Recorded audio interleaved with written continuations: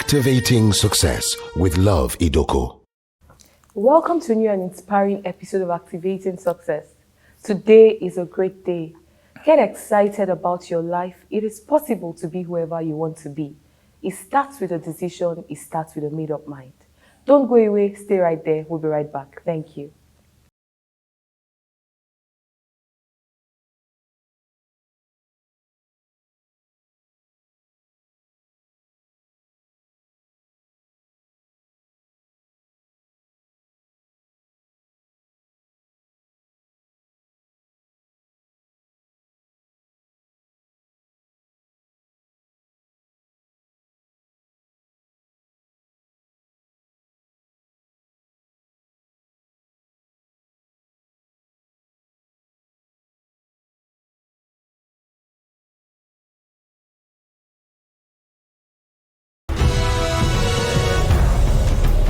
Activating Success with Love Idoko.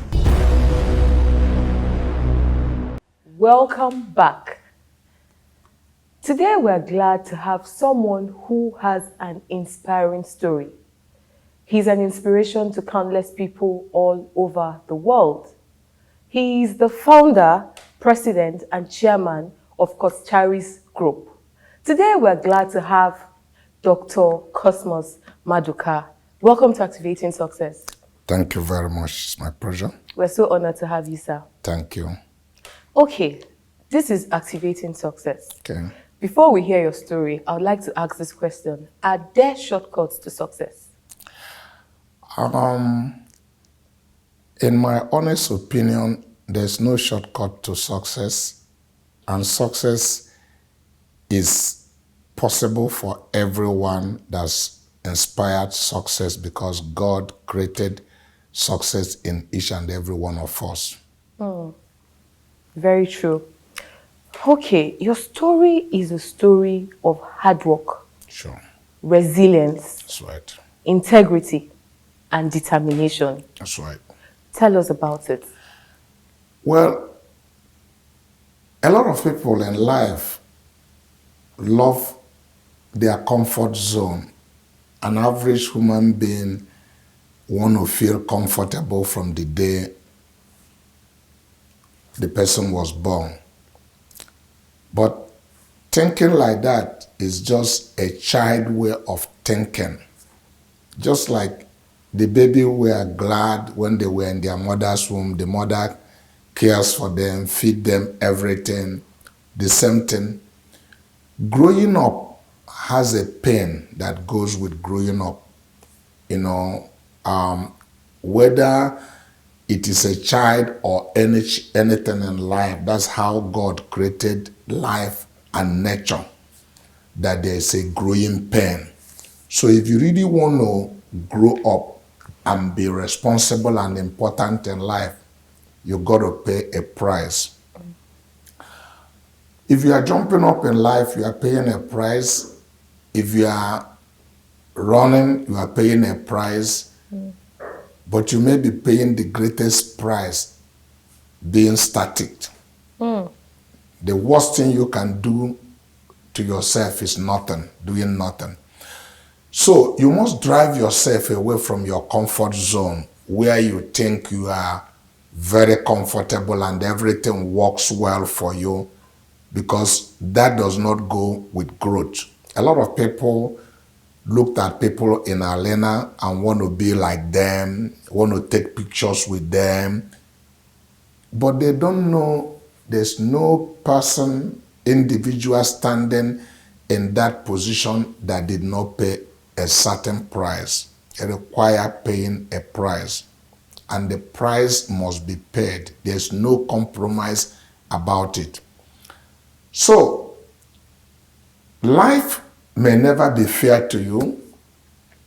If you have the background that I have, life gave me no opportunity growing up, totally unfair to me.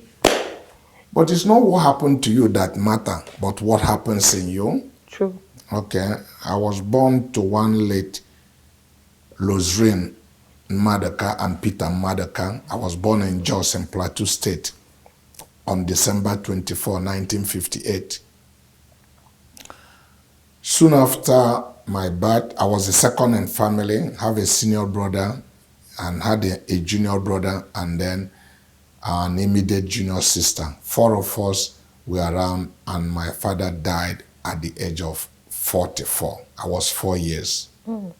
Just 4 years. And second in the family. But I have a mother, a godly mother that is a very hard-working and determined woman. I do tell people, for those who are Christians, that the New Testament in the Bible has 4 books, Matthew, Mark, Luke, and John. But a godly mother is the 5th gospel. Mother is the first pastor of the house. My mother worshiped God the best he knew. She was my angel. After the death of my father, she stared me right through to my eyes and said, Cosmas, you got to believe in yourself, but first believe in God, and that you will go places in life and that people will like you. I do tell mothers, please don't curse your child, no matter how bad it is. Try to encourage one, even in the correction. In this area or Lagos where I live, an average woman in vernacular will tell his child, Omode Kunidafwe, means this child is not going to be better for you. That is totally not acceptable. When God created his first son and daughter, according to the scripture, the first thing he did was he blessed them and then made a demand on them. I put something in you, bring it out. There's a potentials you have, but the blessings come first. So my mother blessed me and assured me that I will go places. A little child that sucks the mother's breast, that's the only first person you know in your life you believe. I believed my mother, What deprived many of us from achieving success is because when we become an adult, we become afraid of so many things. But God wants us to believe him like little children believe their parents. And that's why Jesus said, you can never enter the kingdom of God unless you think like a little child. When you meet a child at the age of 4 or 5, at that age is millennium, where everything is possible.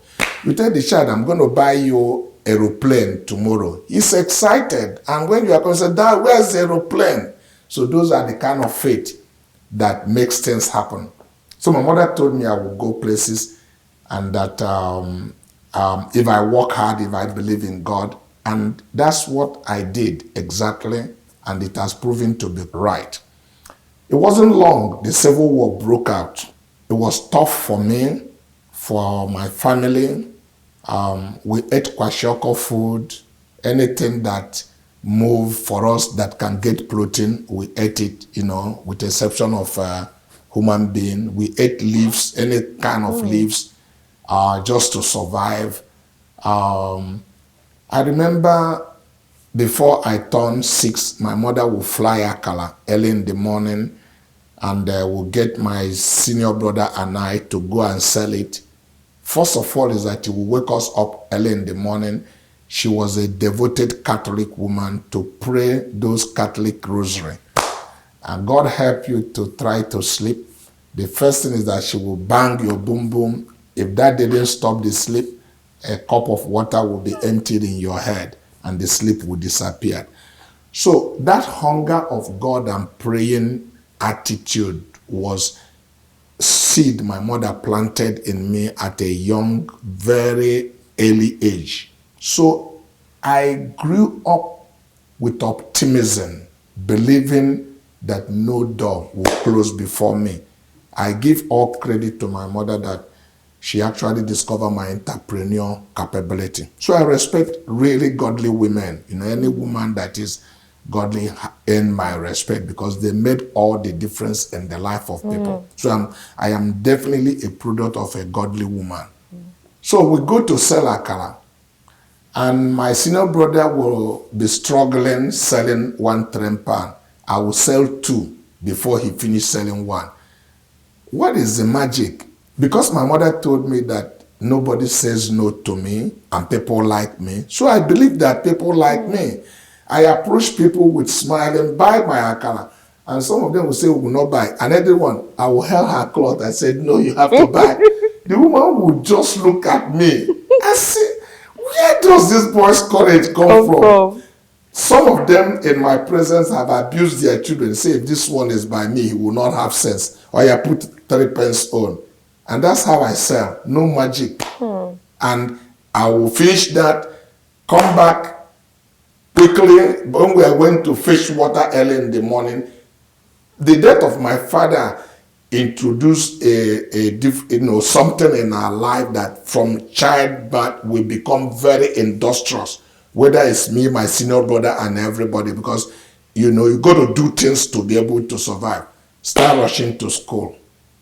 So the best I did in a 4-corner wall called school is elementary 3. It wasn't like I wasn't intelligent. I've never gone beyond 3rd position in class in school. But it was difficult for my mother to support me and my senior brother. So he supported my senior brother to get to primary 6 and allow me to go and live with his parents, my maternal parents, and I have to do domestic work, go to the farm because I was very industrious. I wasn't 8 years when I started climbing palm tree.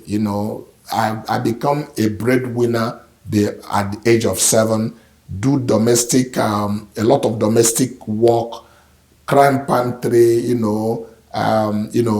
dress it for the elderly women. If it's just to cut the palm tree ripen, it's 3 pence. If it's to dress the whole tree, it's 6 pence.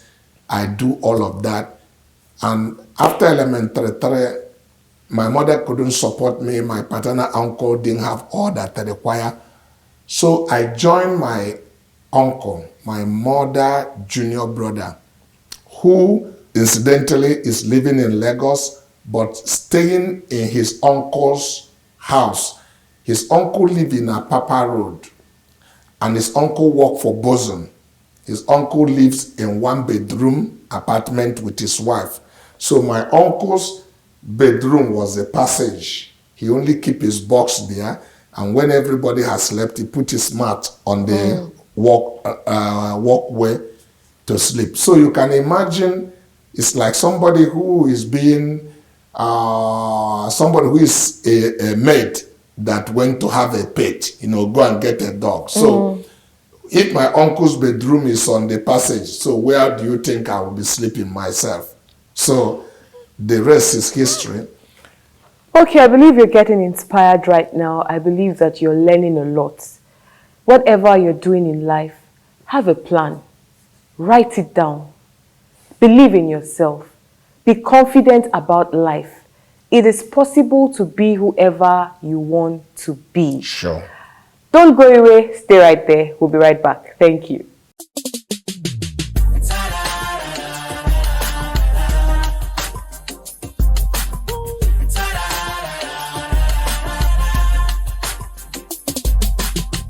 You've been trying to figure right from wrong. And the tears been falling for so long. But the more you try to work it out, it seems you're going around in circles. But your best is yet to come. Activating success. Activating success with Love Idoko. Welcome back. In case you just tuned in, this is Activating Success with Love Idoko. And today we have been speaking with someone who has an inspiring story. Today we are glad to have the founder and president of Coscharis Group. We're glad to have Dr. Cosmas Maduka. Thank you so much for being here today. Thank you. It's my pleasure. I used to sleep in 88 Griffith Street at Oyimbo bus stop in a store that has no fan, no air conditioner, no window, no bathroom. Initially, I was young, so my uncle was afraid, if I didn't lock the place well, the thief could break in the night. So he used to stay late. When it's getting 9 or 10 o'clock, he locks me up and go. Comes back to come and open to me. I would have been roasted to death. You see things that are made. Many people do not know that life is about going through a process. We want life to be an event. Something catastrophic will happen and you have success. I'm sure many people will not wish to have my kind of success. And that's my upbringing is one of the reasons why success will never enter into my head. Because I knew what poverty was all about. I was born poor. I pick food on the ground. Some of my stories that I tell sometimes, some people thought, this might be somewhat exaggerated. When I have gone to pick yam by the pot, yam vegetable, not putting hand inside the pot, but after they shared food, I had to scoop off whatever is on the floor, and one day I took a black soap that I didn't know it was a black soap and showed it. Those days, there were no toothpick. We used a stick to brush our teeth. My teeth foamed for almost 1 week because each time I make hand like this, you see the foam come up again because the thing stuck to different places. So, my uncle brought me to Lagos and I did apprenticeship for him for 6.5 years. Apprenticeship is still something I advocate that a lot of young men should take advantage of. It's the best university you will go because you will learn unprecedented discipline. If you can successfully do apprenticeship for 6 years, I guarantee you, I have not seen one person who successfully complete his apprenticeship that is not successful. And I've challenged people to say, get a guy from the university, come out, give him ₦1 million and give 500,000 naira to a guy that did successful 6 years apprenticeship. Within 1.5 years, the 500,000 guy will catch up with the guy with 1 million naira. It's been proven all like. But the discipline to go through it is not common because it's not a university where you exercise opinion. It's like an environment of theocracy where you have a king whose word is final. His thought is, his command is your wish. You have no opinion coming. But people like democratic system where you have opinion, where you say, I don't like this, and argue. So it's not about going to school and you complain where you are laying down. That university, there's no contractual agreement. If you mess up, the man put you in the next bus and send you back to the village. You cannot, you can't seek redress. There's no court where you are going to protest. That is the end of the thing. And then if you are putting in 3 years or 4 years, it's useless. You have to start all over again. We are taught administration in apprenticeship. We are taught accountancy. We are taught inventory management. We are taught purchasing. All of this, but no certificate. But you know basic things to do. So by the time you come out, no matter the small capital you have, you know what to do, how to manage it from day one. Because life is about management. It's not the quantity of what you have that matter. It's how well do you manage. How skillful are you in managing? If you are skillful and you understand it, there's no limit to where you will be. So I went through that. People thought when we are doing apprentice that we are really done. No, anywhere anybody has been in life is a school. It's a question of whether you are willing to learn, you are willing to educate yourself or not. Going through four-corner wall, you can be intellectual, it means speak grammar, but you haven't learned anything. And frankly, you are not educated because when you act and behave, it is easy for people to know you are an intellectual person, but education you do not have. Because somebody asked Henry Ford, who is an educated man, the man that created Ford Automobile, he said an educated man or a woman is an individual who can organize his thought into productivity. So if you speak all the grammar that the one is, speak an impeccable English, and you have nothing to show for it. So where's the meaning of this your education? Where's the basis of where's the basis of this university you go? You know, so you only have big certificate with big head, but with small body. So that apprenticeship, while we were doing apprenticeship, we do research, but not in a formal way, the way you guys did in university. Because during that time, when you are locked up in the store in the night, all I'm doing is that I took a catalog to begin to see all the part numbers of the items, not just that I cram it in my head, I'm able to know what that is in Honda that can fit in Toyota, what is in Toyota that can fit in other vehicle. But a lot of people know the items by packaging, but I go beyond what is in the packet.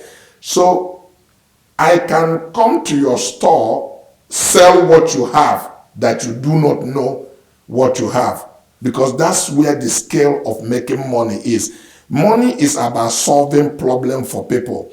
If you want to make money, if you provide solution where people have need, if you give them solution to that thing, then money will come.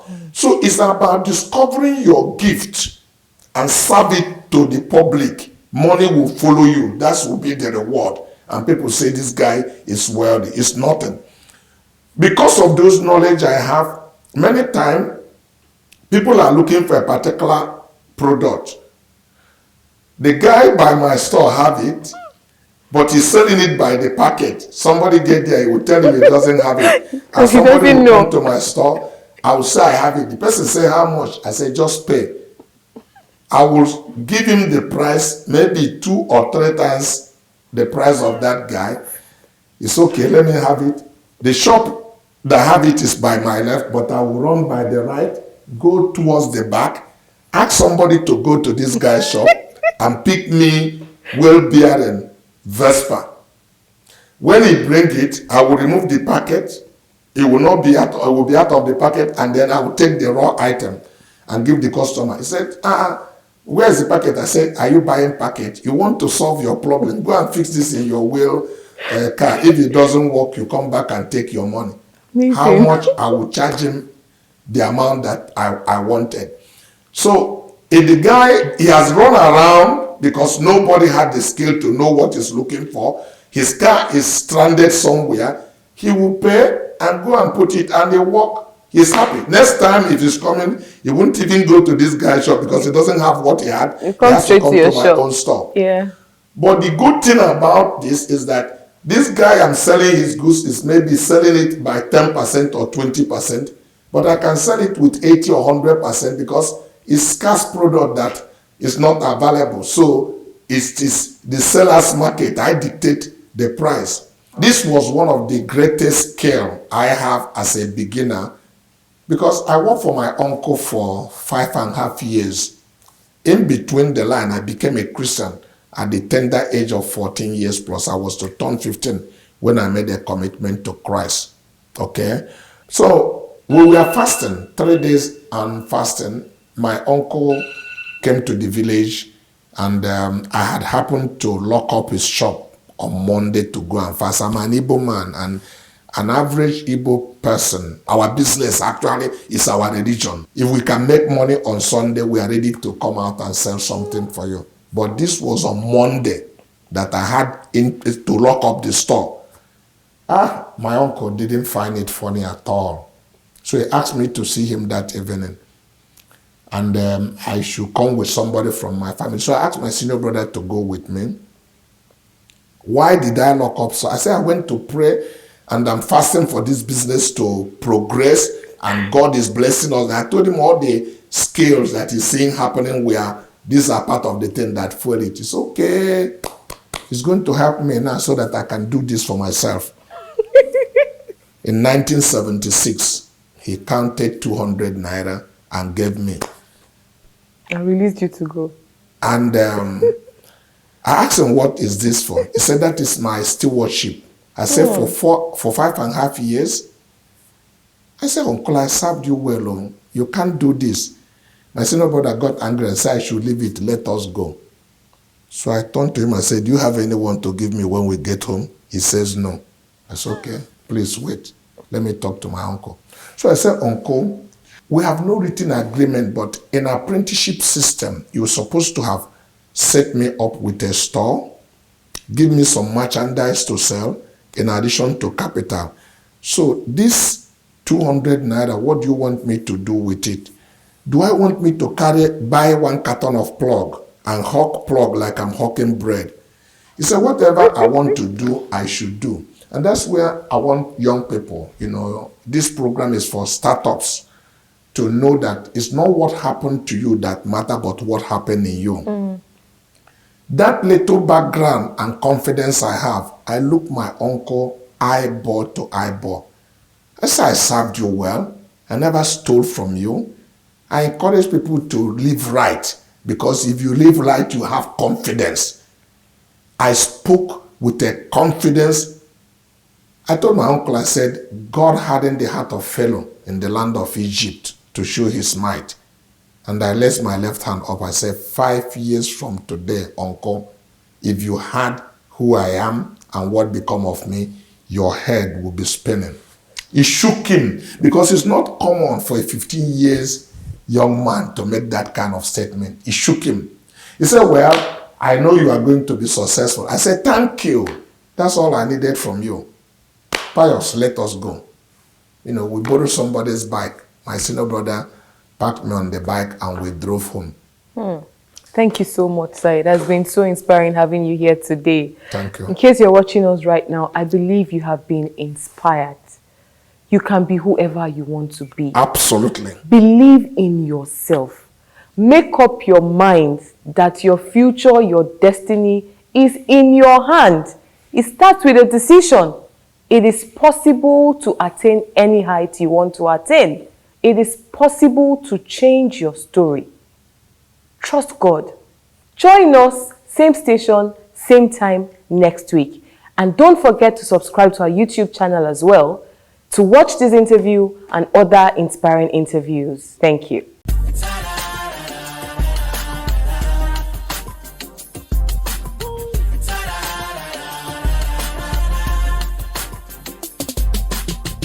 You've been trying to figure out